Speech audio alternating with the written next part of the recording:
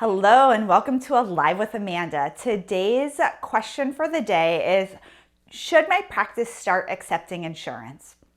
So there are so many layers to this question. And so I would recommend, if you don't already have a business plan, that you put together a business plan. You take a look at where your business is at, where it's been, where it's going, and make a decision from there based on your values, based on your mission, based on your vision, and based on the market.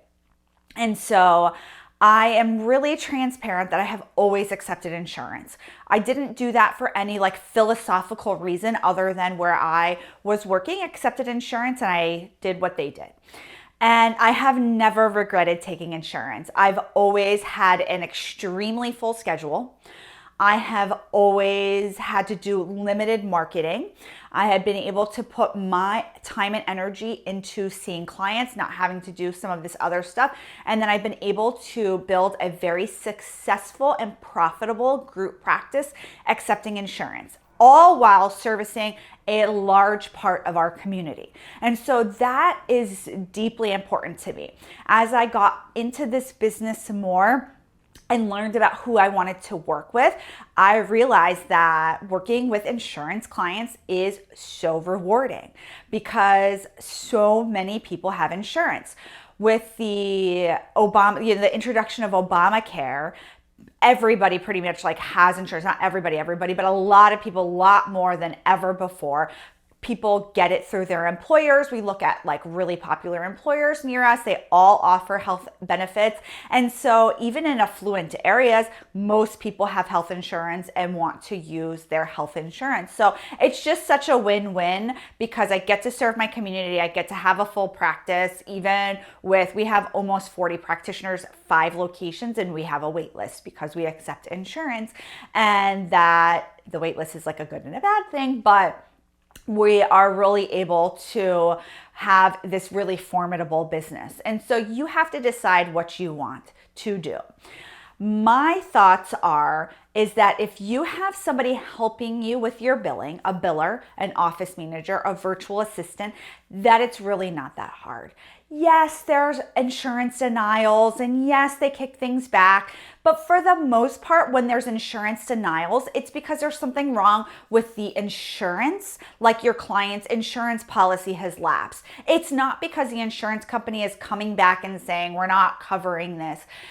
A lot of issues that used to be with insurance got cleared up with the Parity Act. And so most commercial plans cover a wide variety of issues, and we don't really see a lot of problems with that. Where we get claims denied is the most part is if an insurance has lapsed. And of course that is annoying. And yes, we have to track people down, and yes, we have to get their insurance, and yes, we have to, update their insurance every year. But the time that we spend doing that is so minimal compared to the time that we're actually servicing clients, and the cost makes sense for us to do that for how much revenue we're able to generate.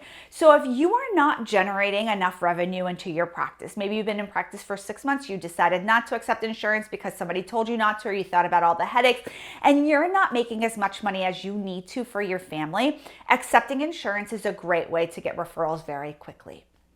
And so, yes, there's some marketing that goes along with it, but for the most part, you don't have to network or market nearly as much as with a private pay practice.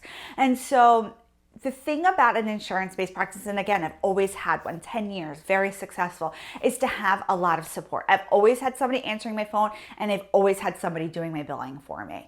That's transitioned over the years at how much, how big, how little, and now we have a team of people doing it. And so it's very common for private pay practices for the practice owner to make those calls, to take their credit card payments, to follow up with any issues, to do the therapy. They're really doing a lot of admin work, and they're not realizing that time is time that they're not necessarily generating revenue.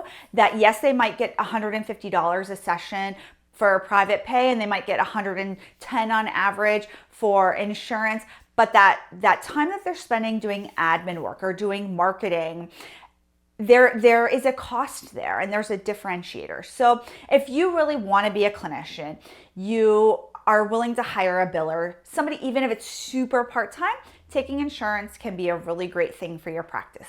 I'm going to give you one more tip on taking insurance for your practice, but first I want to thank TherapyNotes, our sponsor. They make insurance billing so easy. We do literally all the billing that we can. Some EAPs, require an external platform, but all the billing goes directly through TherapyNotes. It's all integrating with a clearinghouse. We get our ERAs back on TherapyNotes. We can reconcile everything through there. It is so easy. And so if you are ever thinking about accepting insurance, you want to check out TherapyNotes, their platform. You can take credit cards through there. You can do your telehealth sessions through there. They have a client portal, so you can send paperwork through there. It's really a full service electronic health record. So I highly recommend TherapyNotes. So going back to the philosophical debate about taking insurance or going private pay, yes, a lot of private practice coaches will tell you to be private pay only and it's easy and you just have to follow this step. And that's a part of what they're selling. And I'm not knocking them for that because it makes sense. And there are people out there that, yes, can build a really solid private pay practice. And a lot of people are doing it. But I want you to also consider the other side, that there's nothing wrong with taking insurance. I will tell you, see, I'm getting emphatic. A lot of people judged me for taking insurance. They made it seem like I wasn't as good of a therapist because I couldn't do private pay, and I pushed back on that narrative. That narrative is not true.